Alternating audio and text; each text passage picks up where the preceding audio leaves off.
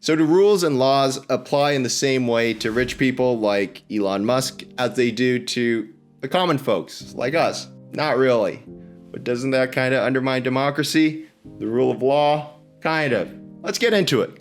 Regulators are supposed to protect us, the common individual. But with regulatory capture, they start acting like PR firms for people they're policing.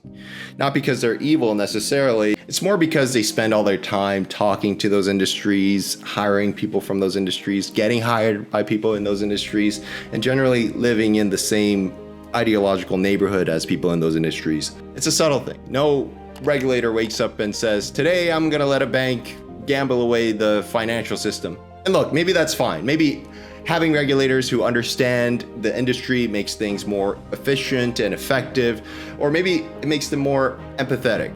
It's in a way that borders on regulatory Stockholm syndrome. They don't just love their captors. They're writing their Valentine's cards on official letterhead. Now, all this talk about regulatory capture and government officials being influenced by industry players comes together beautifully in the wonderful world of lobbying.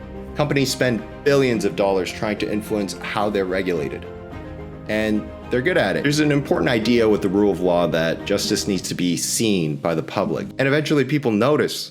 They lose faith in the system.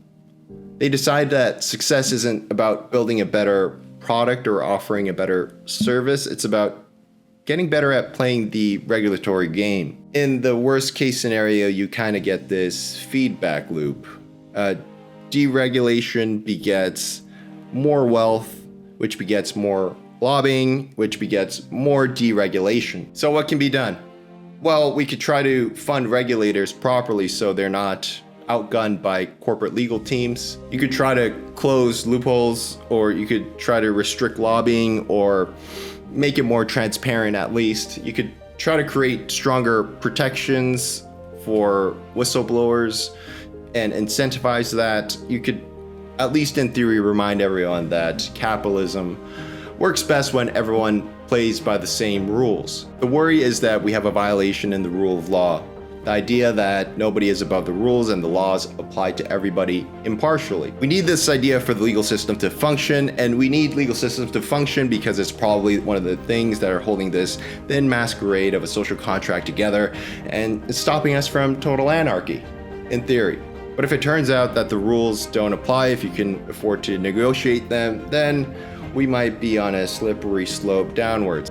But what does it mean if the rich and powerful are only subject to some of the laws?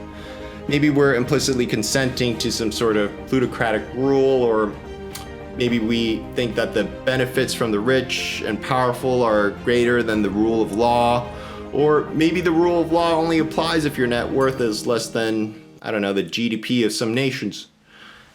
Or maybe these rich people have seized some sort of sovereignty and we just need to acknowledge the rules of the nation of Elon Musk, Jeff Bezos, and Bill Gates. I don't know.